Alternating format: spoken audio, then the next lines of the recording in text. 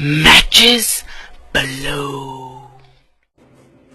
Hey guys, Matches Balone here, bringing you guys another news quickie. For those of you guys new to my channel, I'm trying out these new type of videos where I'm gonna be talking about news that comes out, but sometimes the news doesn't have a lot of information for me to talk to you guys about. So I don't want to make a desktop video on just a small article. So what I've decided is that I'm going to be showing you guys some gameplay footage on the big screen, and then I'll be talking to you on the corner.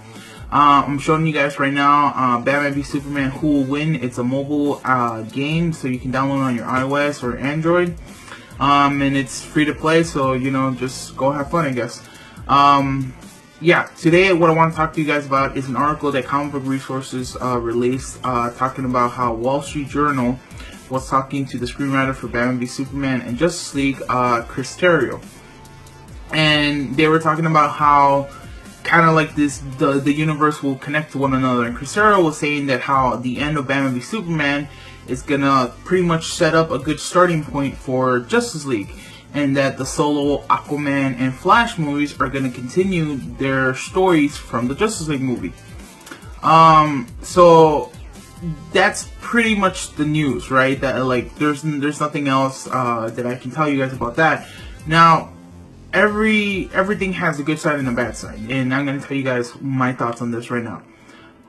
The good thing of all this is obviously there's going to be a continuity between all these movies, right? And I think that's really great because people who are going to invest in this world, they're going to have a lot of content, right? And everything, because it's almost like a domino effect. One leads into the other. I think people are going to get a lot of just overall, I don't know how to say it, overall enjoyment, if you will, in this world, because everything is cohesive and everything kind of relies on one another, and you do build a bigger universe. So I think that's great. The bad side of all of this is I think not everybody's going to be interested in all the movies, right? Now, us as comic book fans, I think it's great because we like everything that has to do with comic book, right? I'm a DC Comics nerd, so I'm going to want to watch all of these movies. But there are going to be people who are not going to be interested in Flash, not going to be interested in Aquaman, Wonder Woman. You know, they might not even be interested in Justice League. All they're interested is in Batman, right? And so I want them to make the movies stand on their own, where like one person can just pick any movie out of, you know, whatever movies are in this universe, and they can watch it from beginning to end and enjoy it, and not feel like they had to watch something else or know something priorhand to enjoy or fully understand what the movie is providing. And so I think that's where the dilemma is, right? Again, let's compare this to Marvel. Marvel, a lot of their movies are interconnected and tied with one another, but they have a few movies that I think they can stand on their own and don't really have to do anything with the greater universe, right? I think Guardians of the Galaxy, it was separated enough that it felt like its own movie and doesn't have too many ties into the bigger universe, right?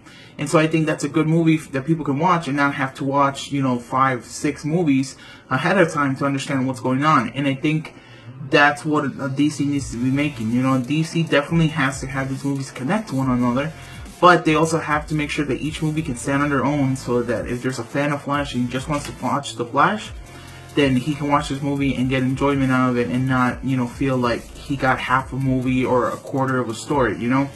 So those are kind of my thoughts on it all. You know, like I said, I don't have nothing much to say. I do want to point out that in the Comic Book Research article, they do talk about how Chris Terrio was doing research for all of these stories, right? He was researching electromagnetic physics for Flash and researching sea biology for Aquaman. And I think that's really great because it's all of this like, even though it's science fiction, there is still some type of real world application, and I think having real world understanding of this stuff is just gonna make these movies a little bit more grounded, a little bit more realistic, right? I'm not talking it's gonna be uber realistic like the Dark Knight trilogy, but having some realism is gonna make it easier for fans who, or just general audience who haven't followed these comics for 75 years, to really understand, hey, this is the Flash, this is his power sets, this is what he can do, you know, and hopefully apply that type of logic to all the heroes and all the solo movies. But yeah, I mean, you know, just overall, I think it is a good idea that all these movies are connecting. I just hope that they're not gonna have to depend on one another, right? Because here's the downfall, that if one movie fails, and not a lot of people watch it, but then a lot of people watch the second movie, people are gonna be a little, a little confused as far as what's happening if nobody went to watch the previous movie.